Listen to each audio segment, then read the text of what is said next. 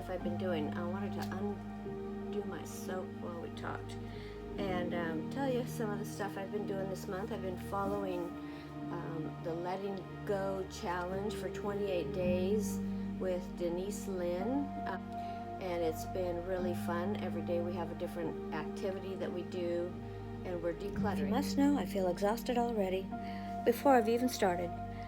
So I just made soap a couple days ago, and I'm really excited to start cutting this one. So I wanted to show you, here's one that I did do, put little sparkles on it. This one is, I just can't stop smelling it. It's olive oil, coconut oil, castor oil, and goat's milk. And it's got a beautiful ivy and willow scent, and I put sea salt on top and a little tiny bit of glitter just for something pretty. And I colored a little bit of it, but it smells like this is a soap you want to have in your bath. A couple of highlights of the month. Well, I still have 7 turkeys that stopped by.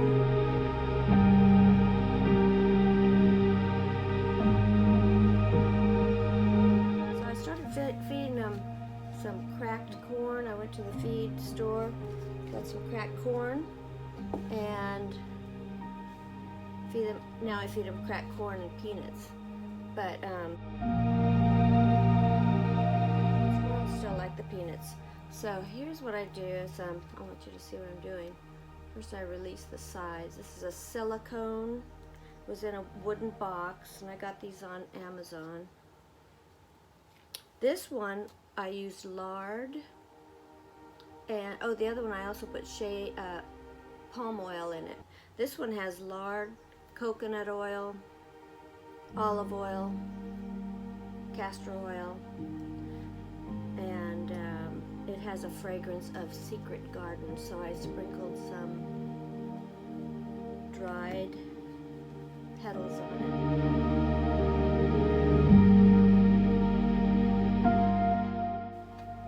First, you want to get it really loose. This has been curing for 2 days since I poured it.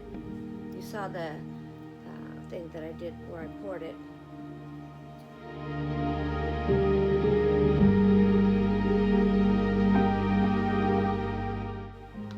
Of course, you can use your dried flowers for everything, so when you bring your bouquets home, save those petals. They can add color to something. Oh, the coconut oil in the soap. It's really good for the body. My sister told me about coconut oil, so I've been reading up on it. I've been taking coconut oil internally, and I feel really good. My energy's good. I feel smarter. I feel more alert, and it's supposed to help prevent Alzheimer's and so many benefits to coconut oil. So I've been drinking coconut water every day. And oh, look at this. Coconut water, taking 2 to 3 tablespoons of raw coconut oil just by spoon. You can also put it, I've been baking with it. Putting it in a cake makes your muffins and your cakes super moist. In fact, like if you make banana nut bread, say, you can put coconut oil in it, like half butter and half coconut oil. So here goes the first one. Look at that. Now I'll probably cut this side so it's wavy because I'm using my wavy cutter. But this is going to be really pretty. So these have to sit for 2 weeks. These have to cure. But you sort of start to reflect on, oh, what am I doing? What can I be doing more for myself? I made some coconut oil body cream and face cream. And I made some about 3 years ago, and it lasted. I'm just on my last little bit in a jar. So I made a bunch more, and I'm sending some to family because they love my coconut oil cream, face and body cream. And these are nice bars. I like the size of them. This is a 2-pound loaf. And this soap foams up really nicely. I've been single probably most of my life, and You know, when you do the decluttering, a lot of things come up in your life, and you start seeing yourself in a different way. You start looking at yourself more deeply. I've been having more lucid dreams. I've been dreaming some really wonderful dreams. Last night I dreamed about my great-granddaughter, and she never has really taken to me very much. I haven't been around her much, and so she hasn't taken to me much, which is kind of, you know, I love children so much, so it's kind of bothered me a little bit. But when she was here, I really looked out for her, and I could tell that it made a difference to her.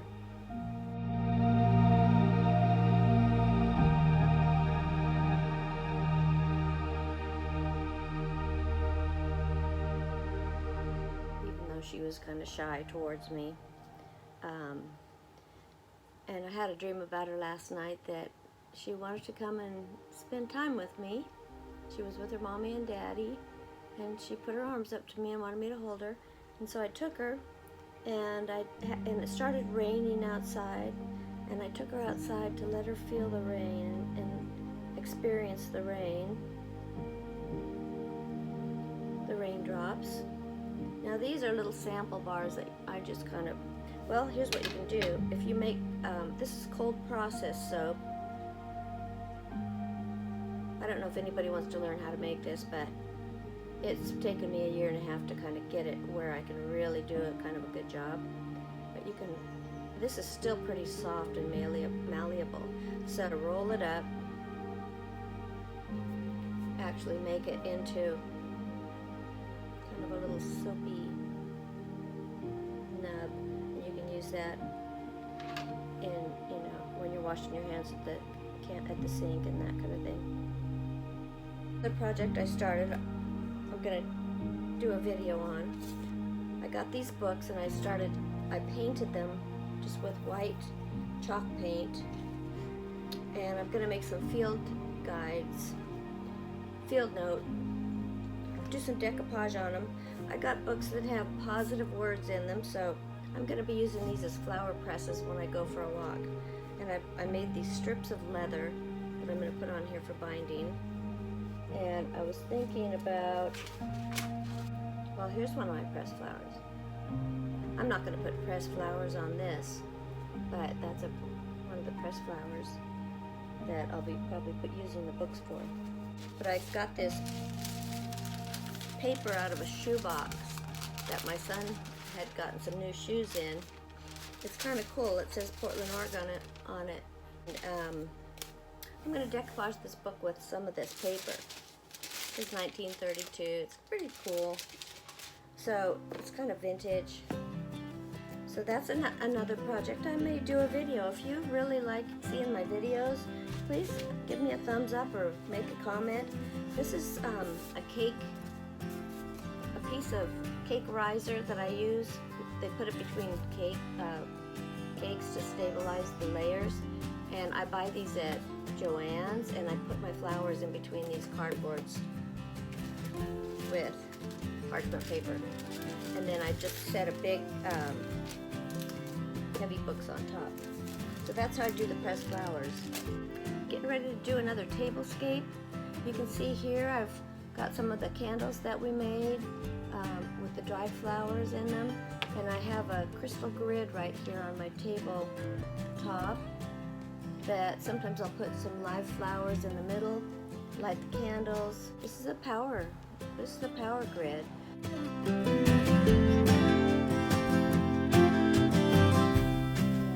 the crystals I cleanse them in cold water, and I keep them by my desk where I work, by the computer.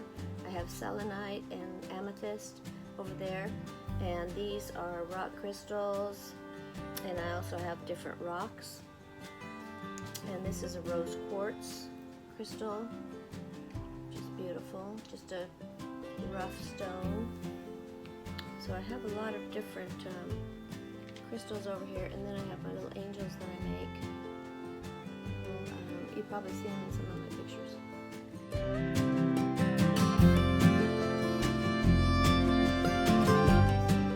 Amethyst